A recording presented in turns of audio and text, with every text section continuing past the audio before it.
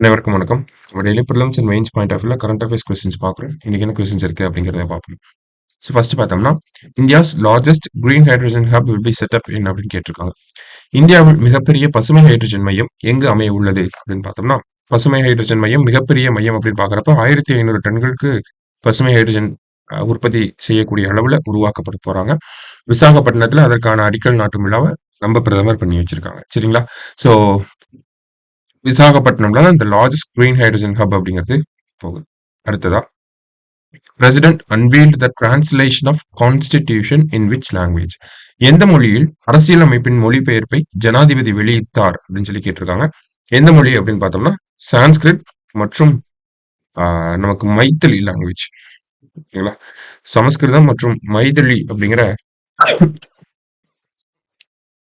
இந்த 2 மொழிகளுக்கான அந்த ஒரு டிரான்ஸ்லேஷன் அப்படிங்கிறதான் வெளியிட்டிருக்காங்க. அரசியலமைப்பு மொழிபெயர்ப்பு செஞ்சு வெளியிட்டிருக்காங்க. சரியா? So Sanskrit and Maithili. Next, global plastics treaty negotiations are being held in. உலகளாவிய பிளாஸ்டிக் ஒப்பந்தம் தொடர்பான பேச்சுவார்த்தைகள் எங்கு நடைபெற்று வருகின்றன அப்படின்னு கேட்டோம்னா, பூசான், சவுத் கொரியாவில் இருக்கக்கூடிய பூசான் அப்படிங்கிற இந்த சிட்டியில தான் நடந்துகிட்டு இருக்கு. சரிங்களா?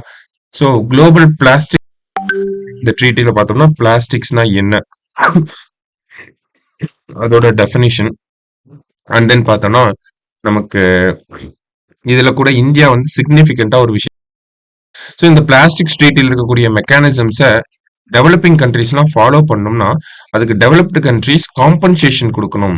எப்படி நமக்கு கிளைமேட் ஃபைனான்ஸ் அப்படிங்கிற ஒரு கான்செப்ட் இருக்கு. அதாவது ரெனியூவபிள் எனர்ஜிக்கு டிரான்சிஷன் ஆகணும் அப்படின்னா டெவலப்டு கண்ட்ரீஸ் ஒரு அமௌண்ட்டை கொடுக்கணும் அப்படிங்கிறத நம்ம பார்த்தோம் இல்லையா, கிளைமேட் ஃபைனான்ஸ். அதே மாதிரி தான் குளோபல் பிளாஸ்டிக் ட்ரீட்டியை நம்ம இம்ப்ளிமெண்ட் பண்ணோம்னா இந்தியா மாதிரியான வளரும் நாடுகளுக்கு காம்பன்சேஷனை உலகத்துல இருக்கக்கூடிய வளர்ந்த நாடுகள் கொடுக்கணும் அப்படின்னு சொல்லி பூசான்ல வச்சு நம்ம பேசியிருக்கோம். சரிங்களா? அடுத்தது, Bal Vivah Mukt Bharat Abhiyan will be implemented in how many states? Bal Vivah Mukt Bharat Abhiyan எத்தனை மாநிலங்களில் செயல்படுத்தப்படும்? அதாவது சைல்டு மேரேஜ் ஃப்ரீ இந்தியா, அதுதான் இந்த பால் விவாஹ் முக்த் பாரத் அபியான் அப்படின்னா. இந்த சைல்டு மேரேஜ் ஃப்ரீ இந்தியா அப்படிங்கிறது 7 ஸ்டேட்ல இம்ப்ளிமெண்ட் பண்ண போறாங்க. 7 ஸ்டேட்ல இருக்கக்கூடிய 300 ஹை பர்டன் டிஸ்ட்ரிக்ட், அதாவது இந்த ஹை பர்டன் டிஸ்ட்ரிக்ட் அப்படின்னு பார்த்தோம்னா இங்கெல்லாம் அதிகமா குழந்தை திருமணங்கள் நடக்குது. ஸோ இந்த இடத்துலதான் 7 மாநிலங்கள்ல செயல்படுத்த போறாங்க. சரிங்களா? அடுத்ததா பார்த்தோம்னா, choose the correct statement. Child marriages in India has reduced to 23.3% in 2019-21 since the introduction of Child Marriage Act in 2006. Center has planned to reduce child marriage rates by below 5% by 2029. இந்தியாவில் குழந்தை திருமணங்கள் 2006 அறிமுகப்படுத்தப்பட்டதிலிருந்து 2019-21 47.4%இலிருந்து 23.3% குறைந்துள்ளது அப்படின்னு சொல்லியிருக்காங்க. 2029க்குள் குழந்தை திருமண விகிதங்களை 5%க்கும் குறைவாக குறைக்க மத்திய அரசு திட்டமிட்டுள்ளது. அதாவது குழந்தை திருமண சட்டம் கொண்டு வந்ததிலிருந்து நமக்கு சைல்டு மேரேஜ் ரேட் அப்படிங்கிறது பார்த்தோம்னா 23% குறைஞ்சிருக்கு. கரெக்ட் தான்.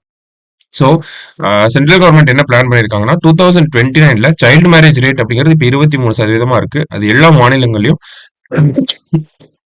5%க்கு கீழே கொண்டு வரணும் அப்படிங்கறத இலக்காக நிர்ணயிச்சிருக்காங்க.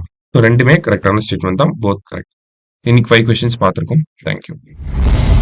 சுரேஷ் IAS அகாடமி, வெற்றியின் முகவரி.